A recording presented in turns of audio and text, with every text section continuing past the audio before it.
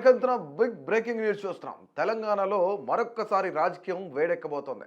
ఎందుకంటే ఇక్కడ ఇటీవల ముగిసిన పంచాయతీ ఎన్నికల్లో మంచి ఫలితాలను సాధించిన అధికార కాంగ్రెస్ పార్టీ ఏం భావిస్తుందంటే, ఈ ఉత్సాహాన్ని ముందుకు కొనసాగించాలి. రాష్ట్రంలో పట్టణ స్థానిక సంస్థల ఎన్నికలకు సంబంధించి శంఖారావం పూరించేందుకు కూడా ప్రభుత్వం సిద్ధంగా ఉన్నట్లు కొన్ని సంకేతాలు అయితే వస్తున్నాయన్నమాట. అయితే విద్యార్థుల వార్షిక పరీక్షలు ఏదైతే ఉన్నాయో, అకాడమిక్ ఇయర్ ఎగ్జామ్స్ ఏవైతే ఉన్నాయో వాటికి సంబంధించి సీజన్ ప్రారంభం కాకముందే అంటే ఫిబ్రవరి 2వ వారం నాటికి ఈ ఎన్నికల ప్రక్రియను పూర్తి చేయాలని చెప్పేసి ముఖ్యమంత్రి రేవంత్ రెడ్డి భావిస్తున్నారట. అయితే ముఖ్యమంత్రి రేవంత్ రెడ్డి ఏం చెప్తున్నారంటే దీనిపైనే పట్టుదలగా ఉన్నారు. ఎందుకంటే ఫిబ్రవరిలో ఖచ్చితంగా ఈ మున్సిపల్ ఎన్నికలను పూర్తి చేయాలి అనే భావనలో ఆయన ఉన్నారు. ఇందుకోసం జనవరి 3వ వారం నాటికి అన్ని ఏర్పాట్లలో సిద్ధంగా ఉండాలని చెప్పేసి రాష్ట్ర ఎన్నికల కమిషన్కు అంటే ఎస్ఈసికి సంబంధించి ప్రభుత్వం ఇప్పటికే సంకేతాలు కూడా పంపించింది. రాష్ట్ర వ్యాప్తంగా దాదాపు 120 మున్సిపాలిటీలు 9 కార్పొరేషన్లకు సంబంధించి ఏడాది జనవరిలోనే గడువు ముగియడంతో ప్రస్తుతం ఇవి ప్రత్యేక అధికారుల పాలన, ఎవరైతే ప్రత్యేక అధికారులు ఉన్నారో వాళ్ళ పాలనలోనే నడుస్తుంది. మరోవైపు హైదరాబాద్ అంటే జిహెచ్ఎంసీ గ్రేటర్ హైదరాబాద్ మున్సిపల్ కార్పొరేషన్తో సహా ఖమ్మం, వరంగల్ కార్పొరేషన్ల గడువు కూడా వచ్చే ఏడాది ఫిబ్రవరిలో ముగిసిపోతుంది అనమాట. అయితే ఈ నేపథ్యంలోనే గడువు ముగియనున్న అన్ని సంస్థలకు సంబంధించి ఒకేసారి ఎన్నికలు నిర్వహించాలని చెప్పేసి ప్రభుత్వం కూడా భావిస్తుంది. అయితే హైదరాబాద్ నగరాభివృద్ధి పైన ప్రత్యేక దృష్టి కూడా సారించింది ప్రస్తుత రాష్ట్ర సర్కార్. అయితే తాజాగా ఓఆర్ఆర్ పరిధిలోని 27 మున్సిపాలిటీల విలీనం గురించి ఒక పెద్ద చర్చ అయితే జరుగుతుంది. వీటన్నింటినీ జిహెచ్ఎంసీలో విలీనం చేస్తూ కీలక నిర్ణయం కూడా తీసుకుంది. దీనికి గెజిట్ నోటిఫికేషన్ కూడా ఇచ్చిందనమాట. అయితే ముఖ్యంగా ఇక్కడ ప్రస్తుతం రాష్ట్రంలో జిహెచ్ఎంసీతో పాటు కలిపి మొత్తం 8 కార్పొరేషన్లు 125 మున్సిపాలిటీలు ఎన్నికలకు సిద్ధంగా ఉన్నాయి. అయితే గడువు ఏప్రిల్ వరకు ఉన్నా సరే ఇక్కడ ముఖ్యంగా గడువు ఏప్రిల్ వరకు ఉన్న ఏవి మున్సిపాలిటీలు మనం చూస్తే, కార్పొరేషన్లు చూస్తే ఖమ్మం, వరంగల్ వంటి కొన్ని చోట్ల మాత్రం ప్రస్తుతానికి మినహాయింపు ఇక్కడ ఉండొచ్చు అనమాట. ఎందుకు అంటే వాళ్ళకి ఇంకా గడువు ఉంది కాబట్టి, ఏప్రిల్ ఆ టైంకి గడువు ఉంది కాబట్టి ప్రస్తుతానికి మినహాయింపు ఉండే అవకాశం అయితే కనిపిస్తుంది చాలా క్లియర్గా. అయితే ఎన్నికల నిర్వహణలో అత్యంత కీలకమైన ఓటర్ల జాబితా ఏదైతుందో దానికి సంబంధించిన రూపకల్పన ఎన్నికల కమిషన్ దృష్టికి ఆ రూపకల్పన పైన ఎన్నికల కమిషన్ ఏదైతుందో వాళ్ళ దృష్టి కూడా సారించినట్టు తెలుస్తుంది మనకి. అయితే జనవరి 2వ వారం నాటికి తుది ఓటర్ల జాబితాను కూడా విడుదల చేయాలి. ఖచ్చితంగా 2వ వారం నాటికే తుది ఓటర్ల జాబితా విడుదల చేయాలి. దాన్ని సిద్ధం చేసేలాగా కార్యాచరణ కూడా అంటే భవిష్యత్తులో దీన్ని ముందుకు తీసుకెళ్ళాలి అని చెప్పేసి కార్యాచరణ కూడా చేపట్టిందనమాట. కొత్తగా ఏర్పడిన మున్సిపాలిటీలు, కార్పొరేషన్లో వార్డుల విభజన ఏదైతుందో ఆ వార్డుల విభజన కానీ, రిజర్వేషన్ల ఖరారు ప్రక్రియ కానీ వీటన్నింటినీ వేగవంతం చేయనుంది.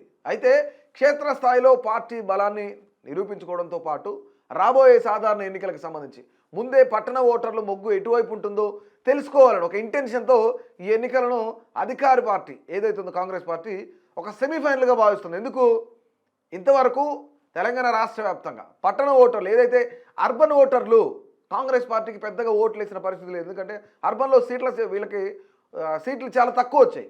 హైదరాబాద్ మహానగరంలో చూసుకుంటే ఎక్కడా కూడా సీట్లు రాలేదు, ఇక్కడ బైపోల్ తప్ప. అయితే ఇక్కడ జూబ్లీ హిల్స్ బైపోల్లో గెలిచారు, తర్వాత కంటోన్మెంట్ బైపోల్లో కూడా గెలిచారు. మరోవైపు ఎన్నికలకు ముందే ఓటర్లను ఆకట్టుకునేలా రాష్ట్ర ప్రభుత్వం భారీగా నిధులు కూడా వాళ్ళపైన వరుసలా కురిపిస్తుంది అనుకోవచ్చు. ఎందుకంటే పట్టణాల్లో మౌలిక సదుపాయాల మెరుగుదల కోసం అక్టోబర్లోనే 2780 కోట్ల రూపాయలు విడుదల చేసింది. అయితే జిహెచ్ఎంసీ మినహా మిగిలిన అన్ని పట్టణ సంస్థల్లో సుమారు 2432 అభివృద్ధి పనులు ఈ నిధులతోనే జరుగుతున్నాయి.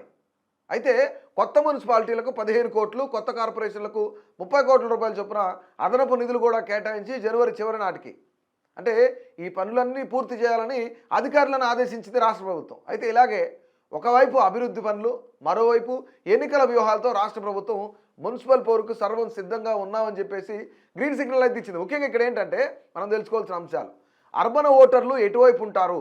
2028 ఎన్నికల్లో ఖచ్చితంగా మరొకసారి అధికారంలోకి రావాలి అనేదే కాంగ్రెస్ పార్టీ ధ్యేయంగా కనిపిస్తుంది. ఎందుకంటే ఇక్కడ కంటోన్మెంట్ గెలిచారు, బైపోల్లో ఏదైతే కంటోన్మెంట్ బైపోల్ ఉందో అందులో గెలిచారు, అది వేరే విషయం. దాన్ని పక్కన పెడితే ఇక్కడ ఏదైతే లోక్సభకు సంబంధించిన 8 స్థానాలు గెలిచారు.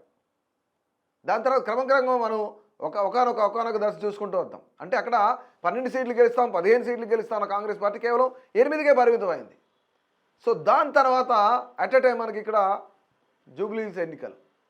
జూబ్లీహిల్స్ బైపోల్ ఎన్నికలు ఏదైతే ఉందో అదొక పాజిటివిటీ క్రియేట్ చేసినాయి అనమాట. ఒక పాజిటివ్ వైపుని తీసుకొచ్చింది. ఆ పాజిటివ్ వైపుని క్రియేట్ చేసి సో ఖచ్చితంగా దాన్ని క్యారీ ఫార్వర్డ్ చేయాలి అనేదే కాంగ్రెస్ పార్టీ ఆలోచన కనిపిస్తుంది. సో దానికోసం అని చెప్పేసి ఇక్కడ గ్రామ పంచాయతీ ఎన్నికలు రీసెంట్గా సర్పంచ్ స్థానాల్లో మెజార్టీ స్థానాలు కైవసం చేసుకుని కాంగ్రెస్ పార్టీ ఆబ్వియస్లీ అధికార పార్టీకే వార్డు మెంబర్లు కానీ గ్రామ సర్పంచ్లు కానీ ఎక్కువ ఉండే అవకాశం ఉంది. ఎందుకంటే అధికారంలో ఉన్నారు కాబట్టి నిధులు వస్తాయని చెప్పేసి, రైట్. దీన్ని క్యారీ ఫార్వర్డ్ చేయాలంటే ఖచ్చితంగా మున్సిపాలిటీలకు సంబంధించో లేదంటే కార్పొరేషన్లకు సంబంధించో ఎన్నికలు జరగాలి. ఎన్నికలు జరిగేటప్పుడు ఈ పాజిటివిటీ అంతా కూడా వాటి మీద తీసుకెళ్తే జిహెచ్ఎంసీ పీఠాన్ని కైవసం చేసుకోవచ్చు.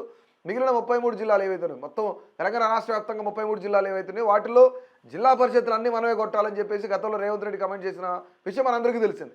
సో దాన్ని క్యారీ ఫార్వర్డ్ చేసుకుంటూ పాజిటివ్ వైబ్ని క్యారీ ఫార్వర్డ్ చేయాలనేదే రేవంత్ రెడ్డి వ్యూహంగా భావిస్తున్నారు అనమాట. ఇక్కడ వ్యూహం అనేది చాలా పకడ్బందీగా చేసినారు. ఎందుకు, ఒకవైపు అభివృద్ధి పనులు, మరోవైపు నిధులు కేటాయింపు, ఇంకొక వైపు నుంచి ఇక ఎన్నికల ప్రక్రియ ప్రారంభిస్తూనే ఉన్నారు, ఎన్నికల్లో విజయాలు సాధిస్తూనే ఉన్నారు. సో వీటన్నిటిని బైపోల్స్ దగ్గర నుంచి దాని తర్వాత మరొక అంశం ఏంటంటే ఇక్కడ చాలా చాలా కీలకంగా బైపోల్స్ దగ్గర నుంచి జూబ్లీహిల్స్ బైపోల్, దాని తర్వాత గ్రామ పంచాయతీ ఎన్నికలకు సంబంధించి, దాని తర్వాత మున్సిపల్ ఎన్నికలు, కార్పొరేషన్ ఎన్నికలు, దీన్ని క్యారీ ఫార్వర్డ్ చేసుకుంటూ జిహెచ్ఎంసీ ఏ విధంగా ఉందో జిహెచ్ఎంసీ పీఠాన్ని కైవసం చేసుకోవాలి. దాంతోపాటు మళ్ళీ 2028కి వ్యూహరచన చేయడమే రేవంత్ రెడ్డికి ఇక్కడ చాలా పెద్ద సవాల్గా మారింది అనుకోవచ్చు. ఎందుకంటే ఇక్కడ కాంగ్రెస్ పార్టీకి సంబంధించి ఎక్కడా కూడా అర్బన్ ఏరియాస్లో పెద్దగా ఎమ్మెల్యే సీట్లు గెలిచిన పరిస్థితి లేదు. కానీ ఇక్కడ 2028లో ఖచ్చితంగా 85 సీట్ల పైగానే గెలవాలనేది కాంగ్రెస్ పార్టీ తాటుగా కనిపిస్తోంది. సో దాని విధంగానే ముఖ్యంగా ఇప్పుడు ఈ యొక్క ఎన్నికలు ఫిబ్రవరిలో ఖచ్చితంగా ఎన్నికలు జరపాలనేది సర్కార్ నిర్ణయం తీసుకుంది. అయితే ఇప్పుడు ఈ మున్సిపల్ ఎన్నికలు కానీ కార్పొరేషన్ ఎన్నికలు కానీ జరిగితే అధికార కాంగ్రెస్ పార్టీ మెజార్టీ సాధించే అవకాశం ఉందా, లేదంటే బీఆర్ఎస్ బీజేపీ కలిసి పోటీ చేస్తే పరిస్థితి ఏంటి, ఎంఐఎం పరిస్థితి ఏంటి? ప్రతి ఒక్కరు కూడా ఎవరికి ఓటేసే అవకాశాలు ఎక్కువ ఉన్నాయి, ఎవరిని గెలిపించే అవకాశాలు ఎక్కువ ఉన్నాయి అనేది మీ అభిప్రాయాన్ని తెలియజేయండి.